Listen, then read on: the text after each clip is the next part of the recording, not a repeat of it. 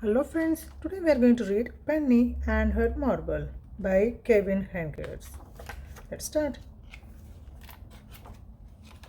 Chapter 1.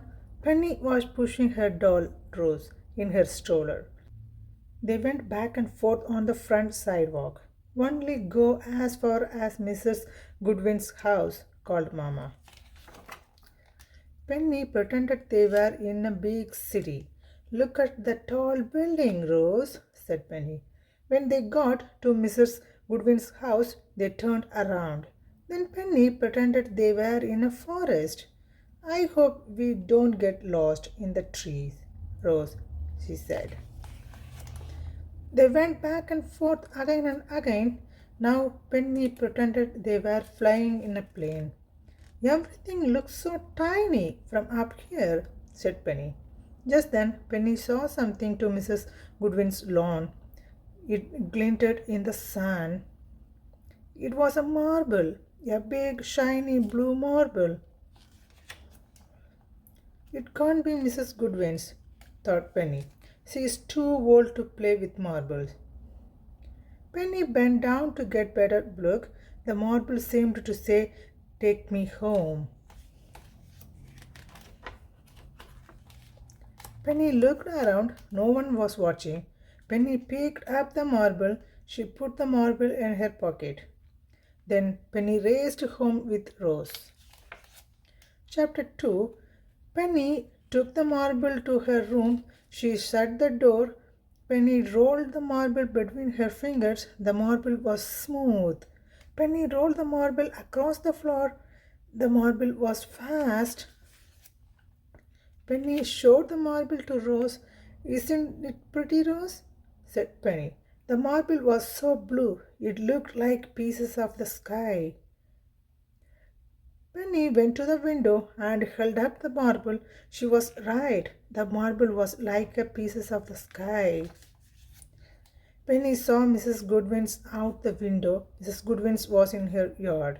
Mrs. Goodwin was exactly where Penny had found the marble. Penny hid behind the curtain. Was Mrs. Goodwin looking for the marble? Penny left the window. She hid the marble in her dressers. Penny stayed by Mamma and the babies all afternoon. She could not stop thinking about the marble. Chapter 3. Do you want to bake cookies? Asked Mamma. Penny shrugged. We could make your favorites, said Mamma. Sugar cookies. I will watch you, said Penny. Are you feeling okay? Asked Mamma. My stomach hurts a little, said Penny. Mamma felt Penny's forehead. No fever, said Mamma. Penny watched Mamma bake cookies. Penny helped a little. At dinner, Penny did not eat much. The oranges in a bowl looked like big orange marbles. The peas on her plate looked like little green marbles. Penny pushed the peas around her plates. "I am not hungry," she said. Penny did not want a sugar cookie for dessert.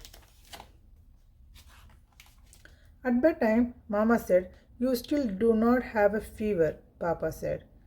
"You will feel better in the morning." "It is probably just a bug," said Penny. "Are you worried about something?" asked Mamma. "No," said Penny. "Are you sure?" asked Papa. Penny nodded. After Mamma and Papa left her room, Penny looked at the marble. It was still so blue and so smooth and so shiny. Penny put the marble back in her dressers.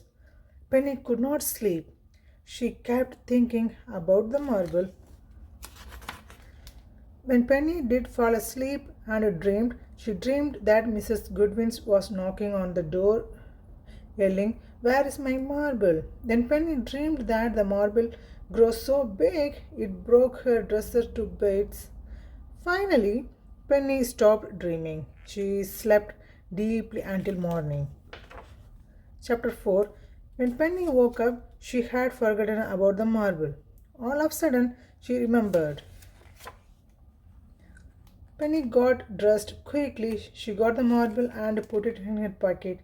Penny looked for Mama. Mama, said Penny, may I take Rose for a walk before breakfast? Are you feeling better today? Asked Mama. Penny nodded. Okay, said Mama, just to Mrs. Goodwin's and back. Penny pushed Rose to Mrs. Goodwin's yard. Penny could feel the marbles in her pocket. It felt as heavy as rock. Penny bent down. She put the marbles back where she had found it. Let's go home, Rose, said Penny. Hurry. Wait, called Mrs. Goodwin. Penny's heart pounded. Oh, Penny, don't you want that pretty blue marble? Penny looked up at Mrs. Goodwin. Penny's cheeks were hot. She could not speak.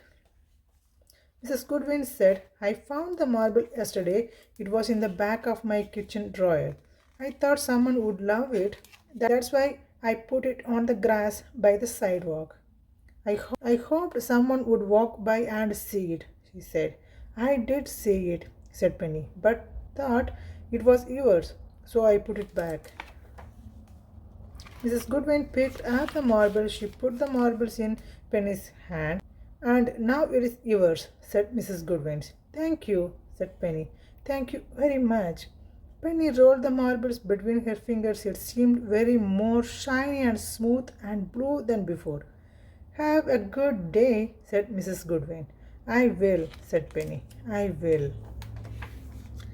Penny pushed Rose home. Penny pretended they were in a boat on the sea. The sea is the same color as a marble, said Penny. Penny pushed faster. This boat ride is making me hungry, Rose, said Penny. Let's go inside and have the biggest and best breakfast ever. And they did. The end. I hope you love these books, friends. See you next time with a different book. Bye bye.